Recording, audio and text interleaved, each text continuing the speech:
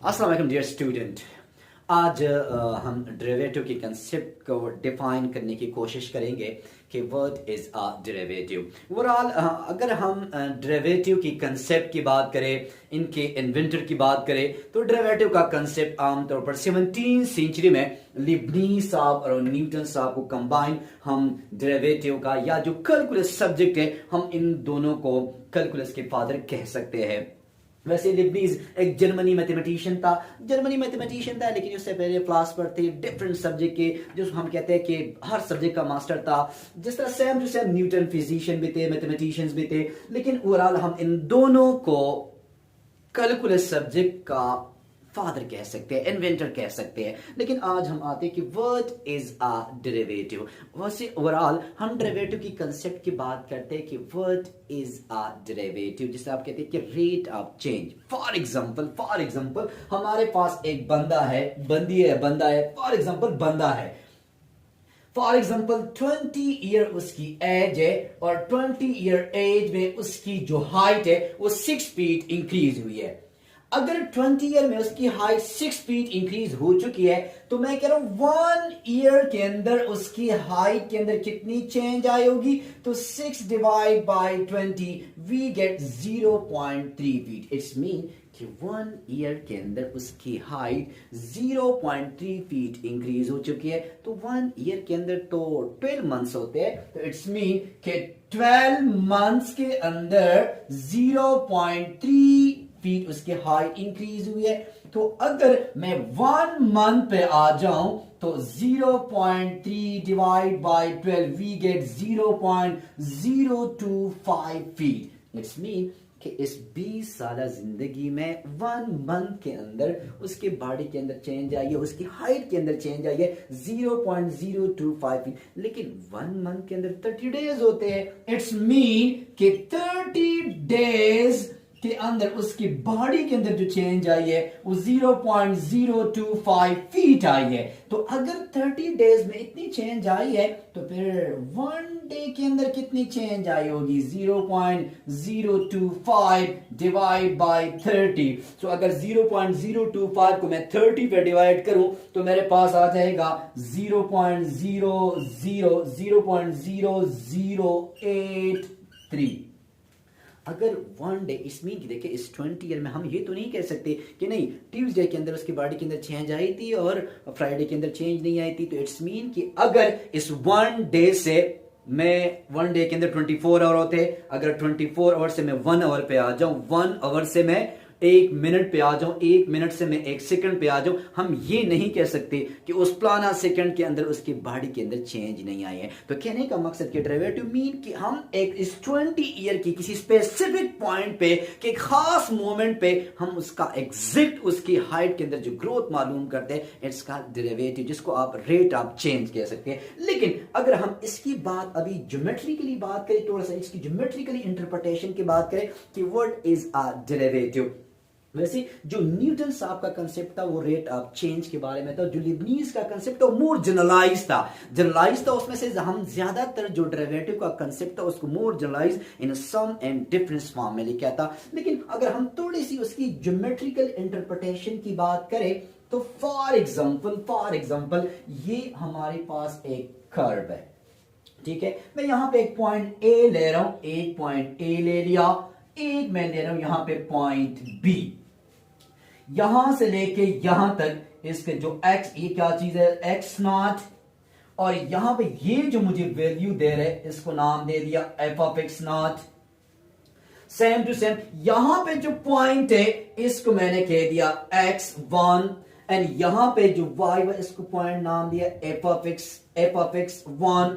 It's mean यहां पे एक लाइन ड्रॉ कर दिया, this is called word second line. अगर मैं यहां पे इसके कंपोनेंट्स लिख लूं इसके, तो क्या हो जाएगा x not and f of x not. अगर मैं यहां पे पॉइंट लिखना चाहूं तो x1 and f of x1, लेकिन इस x1 को अगर फॉर एग्जांपल स्टूडेंट यहां से लेके यहां तक ये है x1, यहां से लेके ये, तो इस डिस्टेंस को मैं इंडिकेट करता हूं x1 minus x not is equal to del x. Del mean change, del x mean change along horizontal. अगर same to same student, same to same अगर मैं यहाँ पे फॉर एग्जांपल इस अब x की जगह मैं इस डिस्टेंस को इंडिकेट करता हूं कि यहां से लेके यहां तक ये क्या चीज है, y0 है, और यहां से लेके यहां तक ये स्टूडेंट मेरे पास क्या चीज है, y1 है. तो y1 minus y0 is equal to del y. So it's mean del x represent change along horizontal, del y change along y axis और vertical change. लेकिन अगर मैं यहाँ पे थोड़ा सा आसान में लिख लूं तो यहाँ पे इसकी जो कंपोनेंट्स है एक को नाम दे देता हूं स्टूडेंट x1 and y1. यहाँ पे पॉइंट्स को नाम दे दिया स्टूडेंट x0 एंड y0. मैं इस ए बी दिस उसको जो ए बी लाइन है इसको हम कहते हैं जो कर्व को पॉइंट ए पॉइंट बी पे इंटरसेक्ट करते हैं, this is called word सीकेंड line. सीकेंड line जो किसी कर्व को दो पॉइंट पे इंटरसेक्ट करे. मैं इसका स्लोप मालूम करना चाह रहा हूं स्टूडेंट, मैं यूं लिख रहा हूं कि A B slope is equal to y1. Slope में इसको यूं भी लिख सकता हूं स्टूडेंट कि slope is equal to y1 y0 and x1 and x0. इसको रिप्रेजेंट कर दिया बच्चे del y and del x. अब यहां पे ये del y del x सीकेंड line की स्लोप को इंडिकेट कर रहे हैं.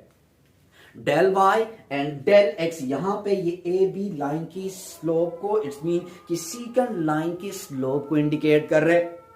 लेकिन अब इस कर्व के ऊपर बेतहाशा पॉइंट है स्टूडेंट. फॉर एग्जांपल अगर ये पॉइंट ये सीकेंड लाइन में यहां पे ड्रा कर लूं तो अगर आप देख ले स्टूडेंट हमारे पास डेल एक्स की भी कीमत कम हो जाएगी और डेल वाई की भी कीमत कम हो जाएगी.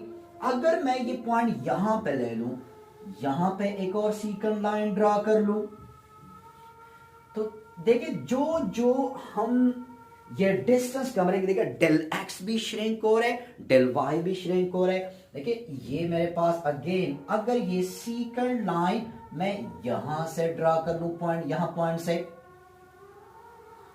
तो देखिए यहां पे ये जो डेल एक्स डिस्टेंस है वो भी कम हो रहा है और ये जो डेल वाई डिस्टेंस है वो भी कम हो रहा है. तो सेम टू सेम अगर ये पॉइंट मैं यहां पे ले लूं, यहां पे लूं, यहां पे लूं, लेकिन आया ऐसे मैं कितने पॉइंट लूंगा ऐसा क्योंकि ये del x and del y, del x and del y. तो स्टूडेंट इसको हम कुछ यूं लिख लेते हैं कि del y divide by del x. देखिए डेल वाई भी श्रिंक हो रहा है एंड डेल एक्स भी श्रिंक हो रहा है, लेकिन साइज कम से कम हो रहा है. साइज कम से कम हो रहा है, लेकिन कितना कम हो रहा है, कितना कम हो रहा है. देखिए ये मेरे पास देखिए ये वाला del y del y del y del y कम से कम हो रहा है. यहां पे del x del x del x del x shrink हो रहा है. अब डेल एक्स कहां जा रहा है, डेल वाई कहां जा रहा है,